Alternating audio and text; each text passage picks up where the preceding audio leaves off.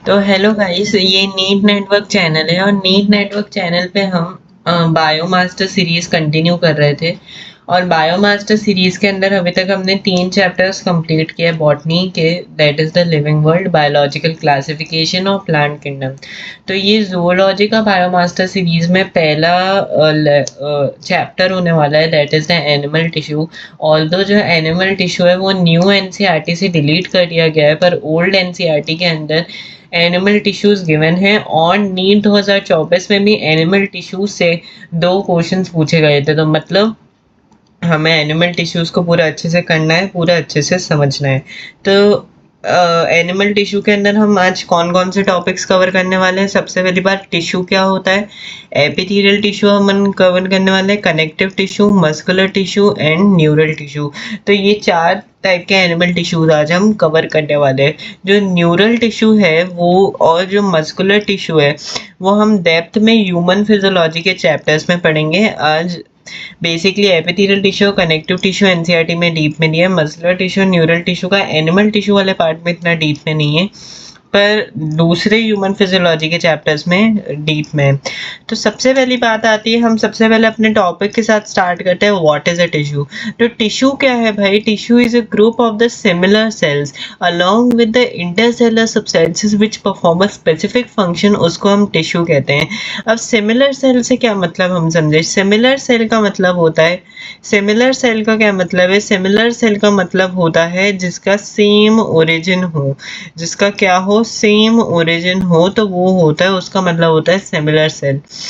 Intercellular substance का मतलब यहाँ मैट्रिक्स होता है और एक स्पेसिफिक फंक्शन परफॉर्म करना है। जैसे फॉर एग्जांपल वो कोई ग्रुप ऑफ सेल्स डाइजेशन का फंक्शन परफॉर्म कर रहे हैं तो वो सारे डाइजेशन का ही फंक्शन परफॉर्म करे। ऐसा नहीं कि उसमें से एक सेल रेस्पिरेशन का फंक्शन परफॉर्म कर रहा है, एक जो है वो कोई और फंक्शन परफॉर्म कर रहा है, तो वो टिश्यू नहीं बनाता। टिश्यू कौन सा सेल्स बनाते हैं, सिमिलर सेल्स बनाते हैं अलोंग विद द मैट्रिक्स या intercellular substance, and they perform a specific function. तो उसको क्या बोलते हैं, उसको टिश्यू बोला जाता है। उसको क्या बोला जाता है, उसको टिश्यू बोला जाता है। अब जैसे कॉम्प्लेक्स ऑर्गेनिजम्स के अंदर लाइक ह्यूमंस का ही आप एक एग्जांपल ले लो, तो टिश्यू जो होता है it is organised into specific proportion and pattern to form the organs like stomach, lung etcetera. अब जैसे ह्यूमंस क्या है, ह्यूमन एक कॉम्प्लेक्स ऑर्गेनिज्म है।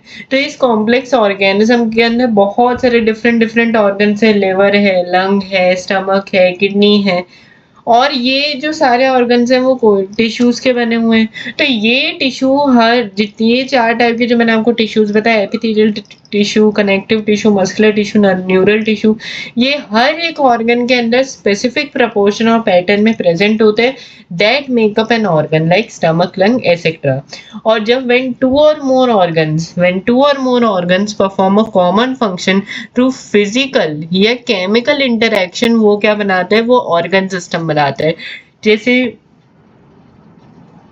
हम एंडोक्राइन सिस्टम का एग्जांपल लेते हैं। एंडोक्राइन सिस्टम में क्या होता है, हमारे पास यहाँ हाइपो,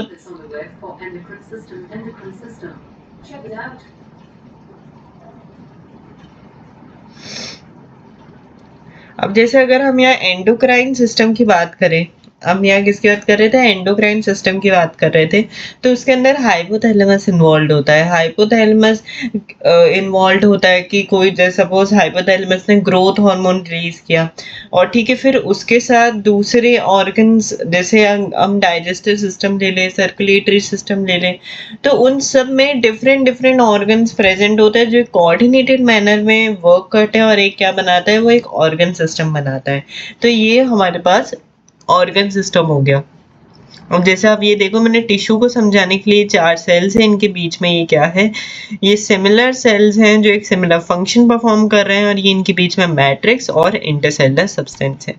अब एक की पॉइंट लिखा है एनसीईआरटी के अंदर, तो उसको हम देखते हैं। Cell, tissues, organs and organ system work in a way that exhibit a division of labor and contribute to the survival of the organism. तो जो भी बॉडी के अंदर सेल्स प्रेजेंट है, टिश्यूज प्रेजेंट है, ऑर्गन्स प्रेजेंट है, organ system present है, वो इस तरीके से वर्क करते हैं कि पहली बात ऑर्गेनिज्म के सर्वाइवल में वो हेल्प करें, और दूसरा it able to exhibit the division of labour. तो ये वाला की पॉइंट जो है हमें यहाँ क्या रखना है, हमें यहाँ याद रखना है। अब हमने यहाँ टिश्यू के बारे में समझ लिया, पूरा ऑर्गन कैसे बनता है, ऑर्गन सिस्टम के बारे में समझ लिया। अब हम यहाँ एनिमल टिश्यू को क्लासिफाई कर रहे हैं, तो किस बेसिस पे क्लासिफाई कर रहे हैं? On the basis of structure and function. On the basis of structure and function animal tissue has been classified into 4 type. एक epithelial tissue, connective tissue, muscular tissue, neural tissue. कोई भी animal हो, गाय हो, buffalo हो, rat हो, उन सब के अंदर ये सिर्फ 4 टाइप के एनिमल टिश्यू ही क्या होंगे, प्रेजेंट होंगे। तो यहाँ हमने ये टिश्यू वाला पार्ट कंप्लीट कर लिया। Now let's start with the epithelial tissue. Epithelial tissue जो है it is commonly referred as a epithelium, या प्लूरल में से एपिथेलिया भी कहते हैं। जैसे कंपाउंड, जैसे सिंपल एपिथेलिया, कंपाउंड एपिथेलिया कहते हैं, कभी कभी हम सिंपल एपिथेलियम, कंपाउंड एपिथेलियम कहते हैं। तो इसलिए एपिथेलियल टिश्यू को कॉमनली हम रिफर एपिथेलियम से ही करते हैं, पर उसका प्लूरल क्या है? उसका प्लूरल एपिथेलिया है। Now what are the general characters of the epithelial tissue? सबसे पहला कैरेक्टर ये है कि epithelial tissue has the free surface which faces either the body fluid or the surrounding environment। जैसे अगर मैं सिंपल स्क्वामस एपिथेलियम लूँ, जैसे सिंपल स्क्वामस एपिथेलियम का सेल है, तो ये जो ऊपर का सरफेस है ये क्या होगा? फ्री होता है। तो ये जो फ्री सरफेस है, या तो ये बॉडी फ्लूइड को क्या कर सकता है, ये बॉडी फ्लूइड को फेस कर सकता है, या उसके कोई सराउंडिंग एनवायरनमेंट को क्या कर सकता है, फेस कर सकता है। सेकंड, सेल्स, जो एपिथेलियल टिश्यू के अंदर जो सेल्स होते हैं, these cells are compactly packed with the little intercellular space। अब compactly packed का मतलब क्या है? जैसे ये हमारे पास सिंपल स्क्वामस एपिथेलियम है, तो ये सेल्स कुछ इस तरीके से अरेंज होते हैं कि उनके बीच की जो इंटरसेलुलर स्पेस है, मतलब दो सेल के बीच की जो स्पेस है वो बहुत ही ज़्यादा कम होती है, और वेरी लेस इंटरसेलुलर फ्लूइड उनमें प्रेजेंट होता है। थर्डली, ये जो सेल्स है these cells provide the covering and lining for the some part of the body। और एपिथेलियल टिश्यू के ऊपर जो सेल्स होते हैं they rest on a basement membrane. अब सर क्या ये बेसमेंट मेम्ब्रेन कोई ऑर्गन है? नहीं। बेसमेंट मेम्ब्रेन क्या है? बेसमेंट मेम्ब्रेन जो है वो एक नॉन सेल्यूलर लेयर होती है। Basement membrane it is a non cellular layer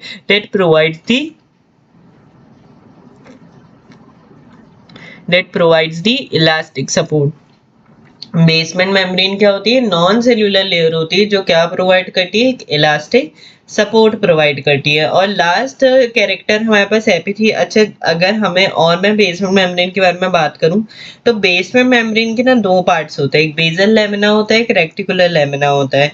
अब बेसल लेमिना जो होता है वो म्यूकोपॉलीसैकेराइड्स का बना होता है, ग्लाइकोप्रोटीन का बना होता है। जो रेक्टिकुलर लेमिना है वो रेक्टिकुलर प्रोटीन का बना होता है। पर हमारे अभी लेवल पे इस चीज को डिस्कस करना कोई मतलब फायदे का नहीं होगा, क्योंकि नीट में भी ऐसा कोई क्वेश्चन नहीं पूछा जाएगा, ये एमबीबीएस लेवल की बात होगी। और लास्ट जनरल कैरेक्टर ये है कि जो एपिथेलियल टिश्यू है वो एवेस्कुलर होता है। एवेस्कुलर होने का मतलब है कि मतलब उनमें कोई भी ब्लड सप्लाई नहीं जाता। अब अगर मैं एपिथेलियल टिश्यू की बात करूं, तो ये सारे के सारे जनरल कैरेक्टर्स हो गए एपिथेलियल टिश्यू के। अब एपिथेलियल टिश्यू जो होता है वो 2 तरीके का होता है, एक सिंपल एपिथेलियम होता है और एक कंपाउंड एपिथेलियम होता है। सिंपल एपिथेलियम का क्या मतलब होता है? Single layer of cell. Simple epithelium means single layer of cell, and the compound epithelium means more than the 1 layer of cell. जैसे ये देखिए कंपाउंड एपिथेलियम का क्या है, ये एनसीईआरटी का कंपाउंड एपिथेलियम का डायग्राम है। अब देखो कॉमन फंक्शन क्या है सिंपल एपिथेलियम का? Lining of the body cavity, ducts and tubule. This is the common function of the simple epithelium, that is the lining of the body cavity, duct and tubule। और compound epithelium का function क्या होता है? इसका एक protective function होता है as in our skin। इसका बहुत ही ज़्यादा limited role होता है in secretion and absorption, and the compound epithelium provide the protection against the chemical and mechanical stresses। तो compound epithelium के क्या functions हो गए? इसका एक protective function, इसका बहुत ही ज़्यादा limited role होता है secretion and absorption में, and the compound epithelium provide the protection against the chemical and mechanical stresses। अब सबसे पहले हम यहाँ सिंपल एपिथेलियम की बात करते हैं, फिर कंपाउंड एपिथेलियम की लोकेशंस पे हम आएंगे। अब सिंपल एपिथेलियम जो होता है वो तीन तरीके का होता है। एक होता है सिंपल स्क्वामस एपिथेलियम, एक होता है सिंपल क्यूबॉइडल एपिथेलियम और एक होता है सिंपल कॉलमनार एपिथेलियम। जो हमारे पास सिंपल स्क्वामस एपिथेलियम की सबसे पहले हम बात करें तो सिंपल स्क्वामस एपिथेलियम जो है it is a single layer of thin flat cells। इसमें flat cells present होते हैं and these flat cells have the irregular boundaries। अगर मैं simple cuboidal epithelium की बात करूँ तो simple cuboidal epithelium has a layer of the cube like cells। और अगर मैं simple columnar epithelium की बात करूँ तो it contain the single layer of the tall and a slender cell। tall and slender cells का मतलब क्या होता है? tall and slender cells का मतलब ये होता है कि सेल जो लेंथ में बहुत ज्यादा हो पर विड्थ में बहुत कम हो। इसका मतलब क्या है? लेंथ बहुत ज्यादा हो, लेंथ बहुत ज्यादा हो पर सेल की जो विड्थ है वो क्या हो? विड्थ बहुत कम हो। तो that is mean by the tall and slender cell. अब अगर जैसे हम लोकेशन की बात करें तो सिंपल स्क्वामस एपिथेलियम कहाँ पाया जाता है? In the wall of the blood vessels, in the alveoli of the lung, या एल्वोलाई को आप air sacs of the lung भी कह सकते हो। और एक एक्स्ट्रा मैंने डाला है that is the loop of Henle. Loop of Henle में भी सिंपल स्क्वामस एपिथेलियम पाया जाता है। अब ये सिंपल स्क्वामस एपिथेलियम का फंक्शन क्या है? ये एक डिफ्यूजन बाउंड्री फॉर्म करता है and it help in the filtration of the substances में ये क्या करता है? हेल्प करता है। अगर मैं यहाँ बात करूँ सिंपल क्यूबॉइडल एपिथेलियम की तो सिंपल क्यूबॉइडल एपिथेलियम कहाँ पाया जाता है? In the ducts of the gland. जैसे एक्सोक्राइन ग्लैंड जो होती है उसमें डक्ट्स प्रेजेंट होती है तो मोस्टली यहाँ एक्सोक्राइन ग्लैंड की डक्ट्स में पाया जाएगा। In the tubular part of the nephrons the simple cuboidal epithelium is found. जैसे epithelium of the PCT, PCT का फुल फॉर्म क्या है? Proximal convoluted tubule of nephron है माइक्रोविलाई। ठीक है, तो ये एक इंपॉर्टेंट पॉइंट हो जाएगा। अब ये और कौन कौन सी लोकेशन पे पाया जाता है? जो थायराइड फॉलिसेस हैं, जब हम थायराइड ग्लैंड डिटेल में जब डिस्कस करेंगे तो उसके बारे में बात करेंगे। थायराइड फॉलिसेस, ओवरी हो गई, टेस्टिस हो गई, तो इनमें पाया जाता है। अब ओवरी और टेस्टिस में जो सिंपल क्यूबॉइडल एपिथेलियम है उसे क्या बोला जाता है? उसे जर्मिनल एपिथेलियम बोला जाता है। और फंक्शंस क्या होते हैं सिंपल क्यूबॉइडल एपिथेलियम की? Secretion and absorption. अगर अब हमने सिंपल स्क्वामस एपिथेलियम की बात कर ली, सिंपल क्यूबॉइडल एपिथेलियम की बात कर ली, अब अगर मैं सिंपल कॉलमनार एपिथेलियम पे आऊँ तो ये कहाँ पाया जाता है? बेसिकली स्टमक और इंटेस्टाइन में पाया जाता है। इसका फंक्शन वही है, सिक्रीशन एंड एब्जॉर्प्शन। अब जैसे अगर आप ये एनसीईआरटी का डायग्राम देखें तो ये देखिए किस तरीके से फ्लैटन सेल की लेयर है, तो ये सिंपल स्क्वामस एपिथेलियम, ये क्यूब लाइक सेल है तो ये सिंपल क्यूबॉइडल एपिथेलियम, ये टॉल एंड स्लेंडर सेल है तो सिंपल कॉलमनार एपिथेलियम, और ये सिलिएटेड कॉलमनार एपिथेलियम। आप सोचोगे सर ये सिलिएटेड कॉलमनार एपिथेलियम क्या है? तो ये मॉडिफिकेशन होता है। सिंपल क्यूबॉइडल और सिंपल कॉलमनार एपिथेलियम के अंदर क्या होता है? मॉडिफिकेशंस होते हैं और वो दो तरीके के और एपिथेलियल टिश्यू बनाते हैं। एक होता है सिलिएटेड एपिथेलियम और एक होता है ग्लैंडुलर एपिथेलियम। सिलिएटेड एपिथेलियम क्या होता है? इफ द क्यूबॉइडल या कॉलमनार सेल्स, अगर जो क्यूबॉइडल सेल्स या columnar cells bear the cilia on their free surface, ठीक है, they bear the cilia on their free surface, तो वो सिलिएटेड एपिथेलियम होता है। और ये सीलिया का फंक्शन क्या होता है? to move the particles or mucus over the specific direction of epithelium।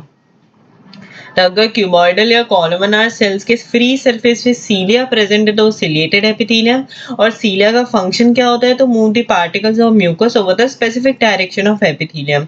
अब देखो इसके अंदर दो आते हैं, एक सिलिएटेड क्यूबॉइडल एपिथेलियम, एक ciliated columnar epithelium. Ciliated cuboidal epithelium का एग्जांपल है bronchioles and ciliated columnar epithelium का एग्जांपल क्या है? फेलोपियन ट्यूब्यूल है, जो हमें क्या होना चाहिए? पता होना चाहिए। अब इसके अंदर एक मॉडिफिकेशन तो मैंने इनका बता दिया, सिलिएटेड एपिथेलियम। दूसरा मॉडिफिकेशन होता है ग्लैंडुलर एपिथेलियम। ग्लैंडुलर एपिथेलियम क्या है कि क्यूबॉइडल और columnar cells get specialised for the secretion, तो वो बनाते हैं glands and that is called as a glandular epithelium. अब देखो जो ग्लैंड्स होते हैं उस एनसीईआरटी में दो बेसिस पे गिवन है, on the basis of number of cell.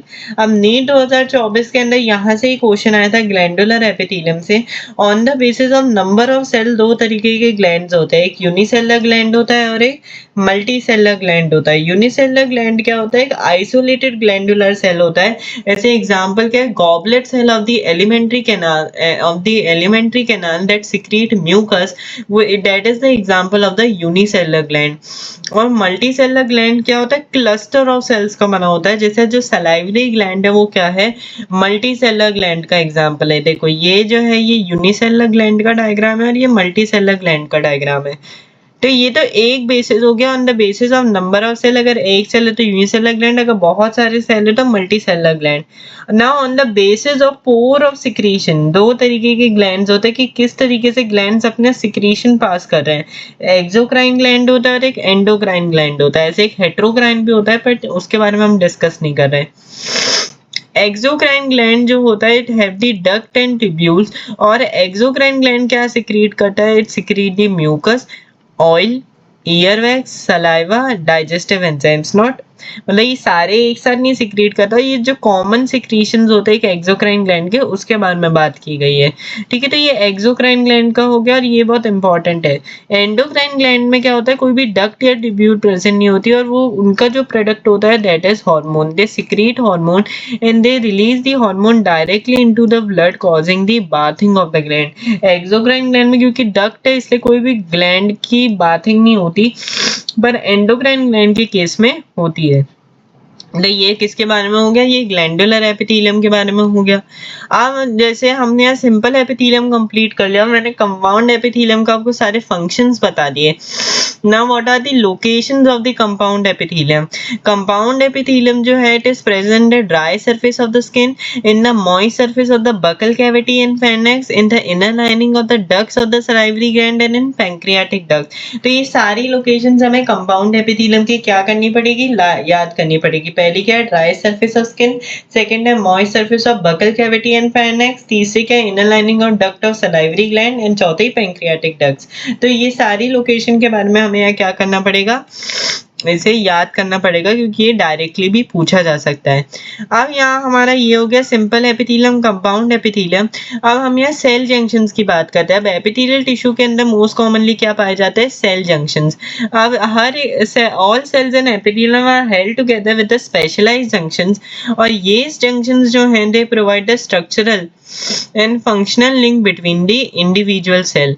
अब जो हमारी बॉडी है उसके अंदर बेसिकली तीन तरीके के जंक्शन है, tight junction, gap junction and adhering junction. Tight junction जो है stop the substance leaking across around the tissue. Gap junction को कम्युनिकेशन जंक्शन भी बोला जाता है, तो आप यहाँ लिख सकते हैं gap junction is also called as a communication junction. Gap junction को आप क्या बोलते हो? कम्युनिकेशन जंक्शन भी बोलते हो। Gap junction it is also called as a communication junction, और ये facilitate the cell to communicate with each other by connecting the cytoplasm of the adjacent cell, just like the plasmodesmata. Gap junction allow the rapid transfer of ions, small molecule and sometimes big molecules can also be transferred across the gap junction. जो adhering junction होता है it perform the cementing to keep the neighboring cells together. ठीक है, अब gap junction adhering junction का थोड़ा सा similar आप सोच रहे हो कि फंक्शन है, तो हाँ थोड़ा बहुत है। गैप जंक्शन के साइटोप्लाज्म को कनेक्ट करता है थ्रू अ ट्यूब, और एडहरिंग जंक्शन सेल्स के बीच में सीमेंटिंग करता है to keep neighbouring cells together. ठीक है, तो ये हमारे पास यहाँ क्या कंप्लीट हो गया? ये पूरा का पूरा एपिथेलियल टिश्यू हमारे पास यहाँ कंप्लीट हो गया। अब हम यहाँ क्या स्टार्ट कर रहे हैं? कनेक्टिव टिश्यू के साथ स्टार्ट कर रहे हैं। तो कनेक्टिव टिश्यू जो है it is the most abundant and widely distributive tissue.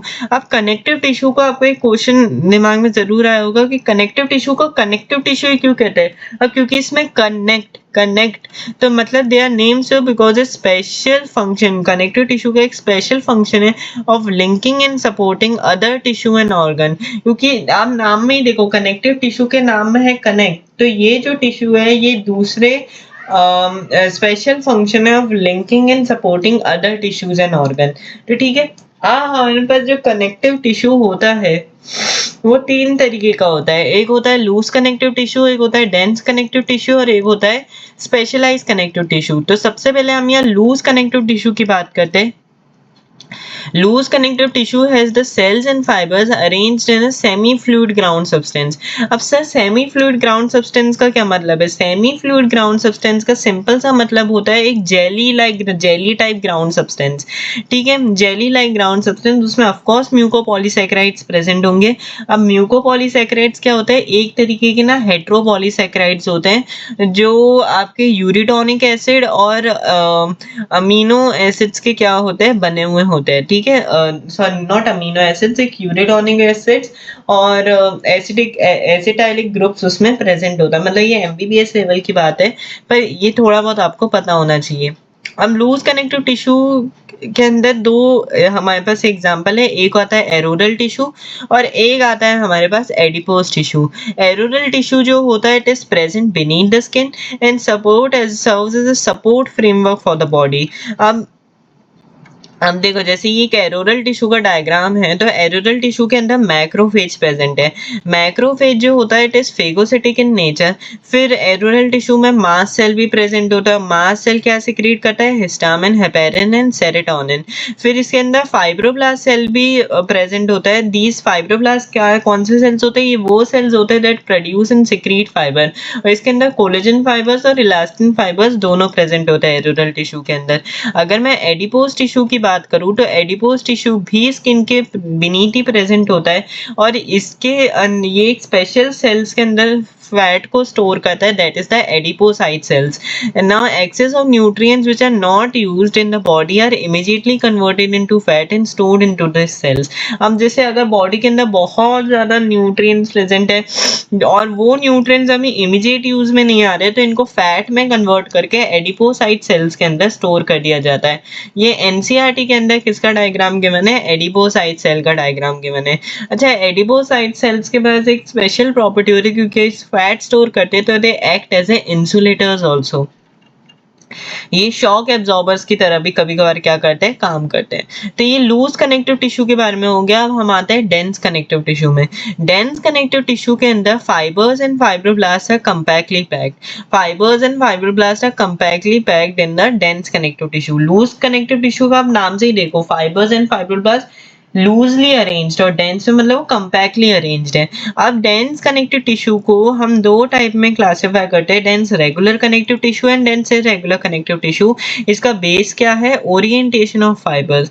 On the basis of orientation of the fibre the dense connective tissue has been classified into dense regular and dense irregular connective tissue. अब dense regular connective tissue के अंदर क्या होता है? Collagen fibres present in a row between many parallel bundle of fibre. देखो ये NCERT का dense regular connective tissue का डायग्राम है, तो आप देख सकते हैं जो कोलेजन फाइबर्स है वो एक पैरेलल बंडल में अरेंज है बिटवीन मेनी फाइब्रोब्लास्ट सेल्स। अब डेंस रेगुलर कनेक्टिव टिश्यू के अंदर एग्जांपल क्या आता है? Tendon and ligament. अब टेंडन का कॉमन फंक्शन क्या है? Connect skeletal muscle to bone, and ligament का फंक्शन है connect bone to bone. Dense irregular connective tissue की बात करूं तो डेंस इरेगुलर कनेक्टिव टिश्यू में fibres and fibroblast cells randomly arranged होते हैं, दे आर ओरिएंटेड डिफरेंटली। जैसे जो स्किन डर्मिस होता है उस पे क्या हो, उसके अंदर क्या प्रेजेंट होता है? डेंस इरेगुलर कनेक्टिव टिश्यू जो है वो प्रेजेंट होता है। तो हमने लूज कनेक्टिव टिश्यू और डेंस कनेक्टिव टिश्यू कर लिया। अब आता है specialise connective tissue. Specialise connective tissue के अंदर सबसे पहले बात आती है कार्टिलेज की। कार्टिलेज का जो इंटरसेल्यूलर मटेरियल है, या अगर मैं मैट्रिक्स बोलूँ, वो क्या होता है? सॉलिड एंड प्लायबल होता है। प्लायबल का मतलब क्या होता है? प्लायबल का मतलब होता है फ्लेक्सिबल। प्लायबल का क्या मतलब होता है? प्लायबल का मतलब होता है फ्लेक्सिबल। तो मतलब जो मैट्रिक्स है कार्टिलेज का वो सॉलिड है और फ्लेक्सिबल भी होता है, और इनका जो ग्राउंड सब्सटेंस है, इनके जो मैट्रिक्स का ग्राउंड सब्सटेंस है, it is made up of the mucopolysaccharide, that is the heteropolysaccharide chondroitin sulphate का क्या होता है? बना होता है। ये एक एक्स्ट्रा पॉइंट है। इनके जो सेल्स प्रेजेंट होते हैं कार्टिलेज में, कॉन्ड्रोसाइट सेल्स प्रेजेंट होते हैं, that is present in a cavity, small cavity called lacunae. अब कार्टिलेज कहाँ कहाँ प्रेजेंट होता है? They are present at the tip of the nose, at the outer ear joint, pinna, limbs and hands of the adult and in adjacent bones of the vertebrae. यहाँ हमारे पास हमारा cartilage जो है वो प्रेजेंट होता है। अच्छा, कार्टिलेज तीन टाइप का होता है, hyaline cartilage, elastic cartilage and white fibro cartilage. और व्हाइट फाइब्रो कार्टिलेज उसमें से स्ट्रॉन्गेस्ट होता है, पर अगेन ये एमबीबीएस लेवल की बात है तो इसको यहाँ याद करने का कोई सेंस नहीं बनता। अब ये हमने कार्टिलेज की बात कर ली, जैसे ये देखिए कार्टिलेज का डायग्राम गिवन है एनसीईआरटी के अंदर। अब हम बात करते हैं किसकी, बोन की। तो बोन का अगर मैं एक्स्ट्रा सेलुलर मैट्रिक्स की बात करूं तो वो एक्स्ट्रा सेलुलर मैट्रिक्स जो है it makes the bone hard, solid and non pliable. Non pliable मतलब वो फ्लेक्सिबल नहीं होगा। और इनका जो मैट्रिक्स है it is rich in the calcium salts and collagen fibre that give the bone its strength. इनके अंदर जो सेल्स प्रेजेंट है वो ऑस्टियोसाइट सेल्स प्रेजेंट होते हैं and only one cell present in a lacuna. Now, what are the function of the bone? Bone supports the soft tissue and organ. It interact with the skeletal muscle attached to it to bring the movement. Bone marrow जो long bones के अंदर क्या होती है, bone marrow present होती है, that is the site of the production of blood cells. And limb bones are the long bones that support the weight bearing function. तो what are the common functions of the bone? Bone जो है it support the soft tissue and organ.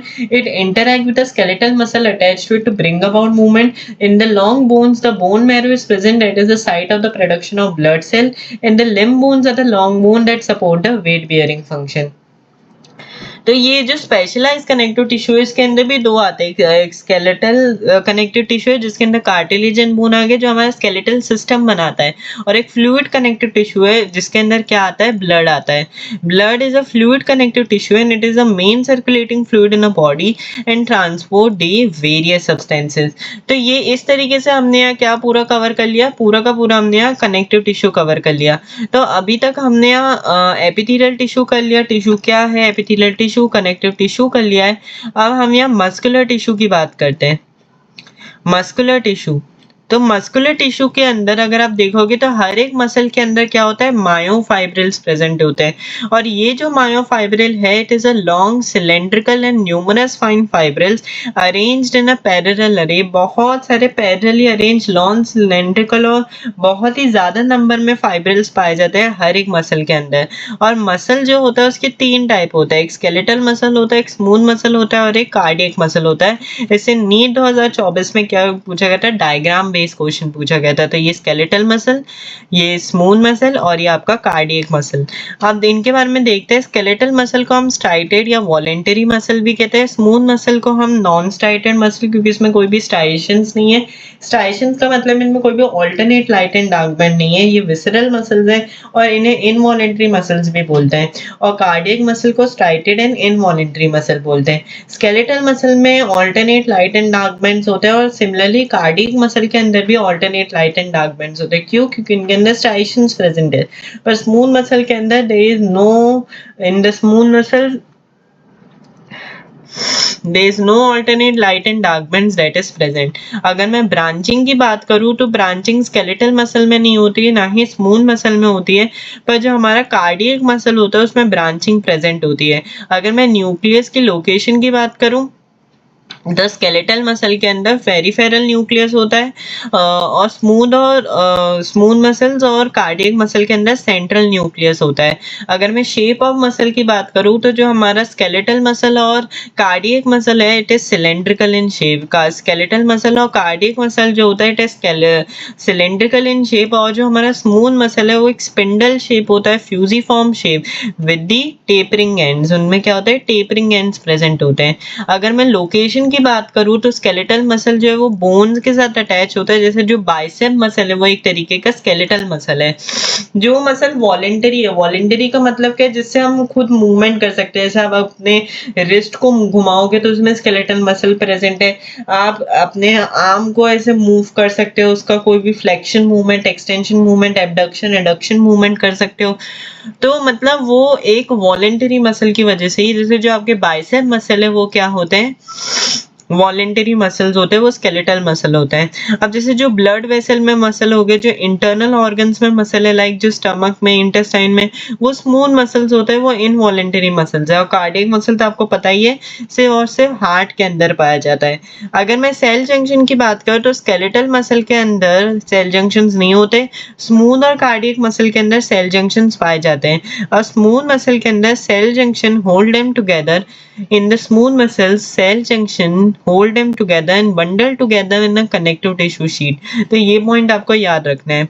Similarly cardiac muscle के अंदर भी क्या होता है, cell junctions present होते हैं and cell junction fuse the plasma membrane of the cardiac muscle and make them stick together. जहां फ्यूजन होता है वहां कम्युनिकेशन जंक्शंस या गैप जंक्शंस प्रेजेंट होते हैं that allow the cardiac muscle cells to contract as a unit. मतलब एक intercalated disc की तरह क्या करते हैं, काम करते हैं.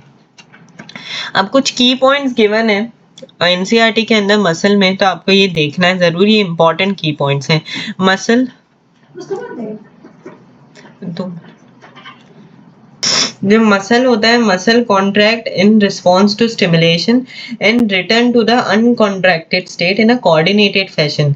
ठीक है, जो मसल होता है वो कॉन्ट्रैक्ट करता है in response to stimulation and return to the uncontracted state in a coordinated fashion. ठीक है, तो ये पॉइंट आपको याद रखना है. दूसरा पॉइंट ये गिवन है, the action, the muscle action moves the body to adjust to the changes in the environment and to maintain the position of the various part of the body. तो ये आपको की पॉइंट्स जो हैं वो muscle के regarding हमें क्या रखने पड़ेंगे, मसल के रिगार्डिंग हमें याद रखने पड़ेंगे.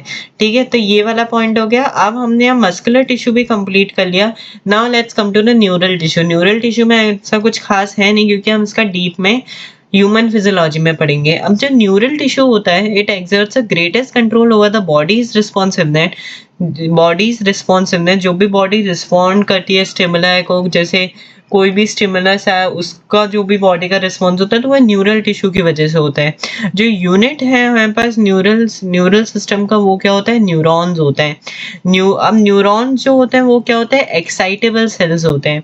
अब न्यूरॉन्स के अलावा भी सेल्स प्रेजेंट होते हैं, that is your neuroglial sales. और न्यूरोग्लियल सेल्स क्या करते हैं, protect and support the neuron. They make a more than half volume of neural tissue of body. और ये क्या होते हैं, नॉन एक्साइटेबल सेल्स होते हैं. अच्छा ठीक है, अब यहाँ एनसीईआरटी के अंदर एक इंपॉर्टेंट लाइन गिवन है जो हमें न्यूरल टिश्यू के लिए याद रखनी है. When a neuron is suitably stimulated, एक इलेक्ट्रिक डिस्टर्ब, जब न्यूरॉन को कोई स्टिमुलस मिलता है जिसकी वजह से क्या होता है कि इलेक्ट्रिक डिस्टर्बेंस जनरेट होती है, that swiftly travels along it's plasma membrane. ऐसे तो बहुत सिंपल लाइन है पर अभी आपको समझ नहीं आएगी क्योंकि हमने ह्यूमन फिजियोलॉजी में जब हम इसको कवर अप करेंगे बहुत ही अच्छी तरीके से, तब ये लाइन और भी ज्यादा अच्छे से समझ आएगी. पर अभी के लिए आप इसे याद रखिएगा. तो इसी तरीके से हमने पूरा का पूरा एनिमल टिश्यू यहाँ क्या कर लिया है, कंप्लीट कर लिया इन जस्ट 30 मिनट्स. ठीक है, और ये आप देख सकते हैं, एनालिसिस चार्ट भी देख सकते हैं. नीट 2024 के अंदर 2 क्वेश्चन पूछे गए, रीनीट के अंदर इससे 3 क्वेश्चन पूछे गए, 23 में भी 2 क्वेश्चन. बाकी आप ये एनालिसिस चार्ट देख सकते हो. और मेरा प्रेडिक्शन ये है कि नीट 2025 के अंदर एक्सपेक्टेड क्वेश्चन एनिमल टिश्यू से 1 या 2 होंगे. तो in this way we have completed the animal tissue. Like and subscribe and channel and be updated.